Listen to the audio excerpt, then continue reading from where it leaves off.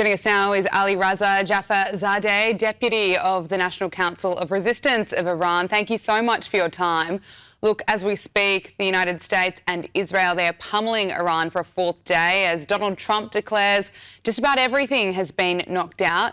And Iran, of course, is continuing to retaliate, striking across the Gulf, striking the US consulate in Dubai.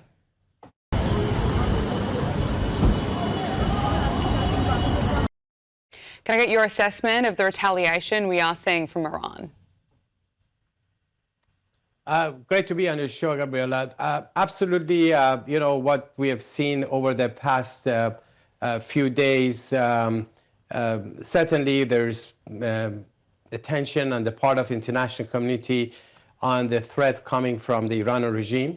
But one thing is very clear: to end the threat from Tehran, there is only one way to do it, and that's ending the rule of the clerics in Iran, ending the regime. And of course, that's the responsibility of the people of Iran. You only see the international aspect of things, but when it comes domestically to the people of Iran, there are like decades and decades of fighting by the people of Iran against the Iranian regime.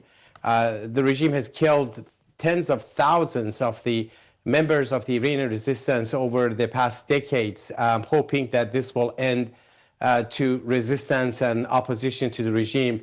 None of that has worked. Just this past December, there was major uprisings in over 400 cities in all 31 provinces of Iran, and the regime killed thousands of people, but none of that worked. And you saw again the people, the students got involved and protested, and the momentum is just basically building up against the regime. How likely is it that we will see regime change, that it will be successful? Well, as I said, it's all a matter of how you build up the momentum. A week before these attacks started, last Monday, the main Iranian opposition movement, the Mujahideen Khalq, or the MEK, which is the same movement that exposed all the major nuclear sites of Iran, the same movement that has been the main target of the killings inside Iran and the target of terrorism by the regime. They launched a major strike on the headquarters of the Supreme Leader Khamenei, inflicting heavy casualty on the IRGC.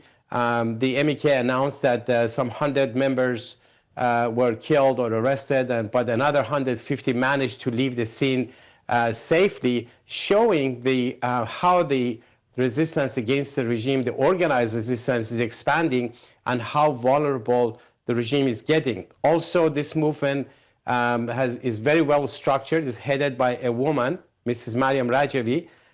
She announced earlier this week the provisional government to transfer sovereignty from the repressive rulers of Iran to the elected representatives of the people of Iran, based on her 10-point platform for the future of Iran that calls for ballot box to be as the sole criteria for legitimacy, separation of religion and state, equal rights for men and women, freedom of religion, freedom of political parties, free market economy, recognizing the rights of the nationalities and minorities in Iran, and a non-nuclear republic form of a government.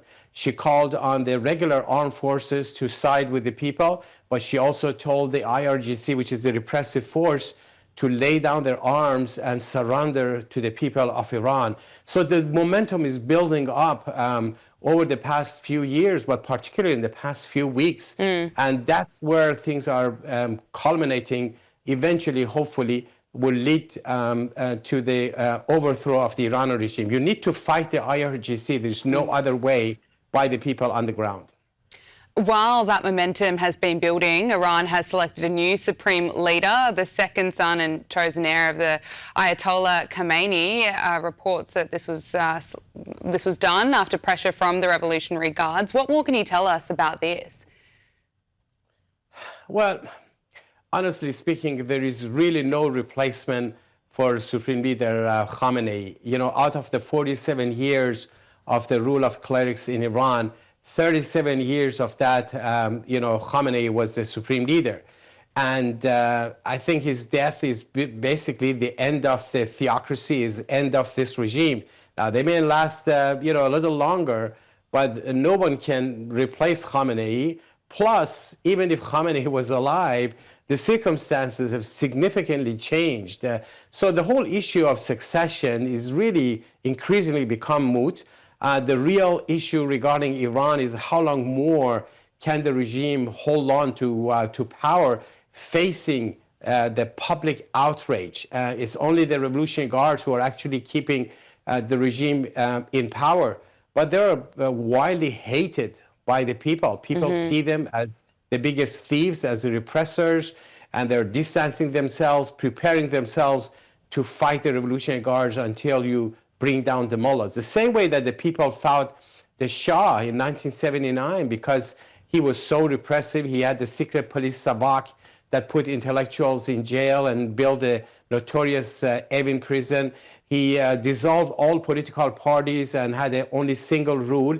And he was so arrogant and corrupt, and people just revolted and overthrew that. And now is the time for the clerics. This is a time not to go backwards, but to go forward, to see freedom, democracy, political pluralism in Iran. And just imagine, Gabriella, if when Iran is free, what an impact it will have, not just for the people of Iran, but for the whole region around the world. That is absolutely what we all want to see. We're hearing a lot of noise from some Democrats, some in the media, really against this operation, even though there's already been so much success. I mean, one Democrat said that this operation is bound to fail. What do you make of that? I mean, do you expect that this will be a completely successful operation? And what are your thoughts around how long this is going to take? Well, this is not a partisan issue, a fight between Republicans or Democrats or, in some other countries there are debates going on. This is a genuine desire by the people of Iran dating back to, 4 or 5 decades. A lot of people have lost their lives paying the price to bring about change. Of course, change is not going to, come very easily. We have paid a very high price. I have before me a book that is so thick. Let me just show you. I don't know how you can see how thick it is. It contains names and pictures of over 20,000 members of this movement who have been killed by the regime, page by page, all the details of them, a lot of them very young people, and lots of pictures here of people who have been executed by this regime. This is the price that has been paid. So the desire for change is so genuine. It comes, from the people. This culture that you see in the streets of Iran, that the young people, dare to confront the Revolutionary Guards. The women, especially young women, dare to confront the Revolutionary Guards. Where did that culture come from? Because as far as the mullahs are concerned, they are so misogynist. Well, there was generations before who paid the price, women who took the lead in fighting this regime. This movement is led by women. The entire leadership of the main opposition, the MEK, they are women. And they set the pace. They made an example for the new generation that the women should be in the leadership. Women can play the biggest roles of leadership in political change, and they have the ability to confront the most repressive regime, the Revolutionary Guards, who are misogynist to the core. This is the new reality of Iran that didn't just happen overnight. Years of resistance and opposition by the people, especially the young generation and the older generations, have got us to this point. And I'm very, very hopeful about the future. They have shown so much bravery, so much courage. I'm in awe of them, and I don't think there was enough attention on their bravery, especially at the start of the year when we saw so many people being killed as they were protesting and taking to the streets. Just finally, before I let you go, I know the momentum has been building for some time, but it seems that there is this window of opportunity that things can change, there can be regime change. Did you ever expect that you would see this in your lifetime? Oh, absolutely. I've always been very confident that it will come. And, the dictators the first thing they want to kill is the hope. hope in the minds of people. The reason that they kill so many people, and they do a lot of it in public, and they show it in public, is not just to eliminate those people, but to kill the hope in the minds of others, saying, it's worthless, it's not going to happen.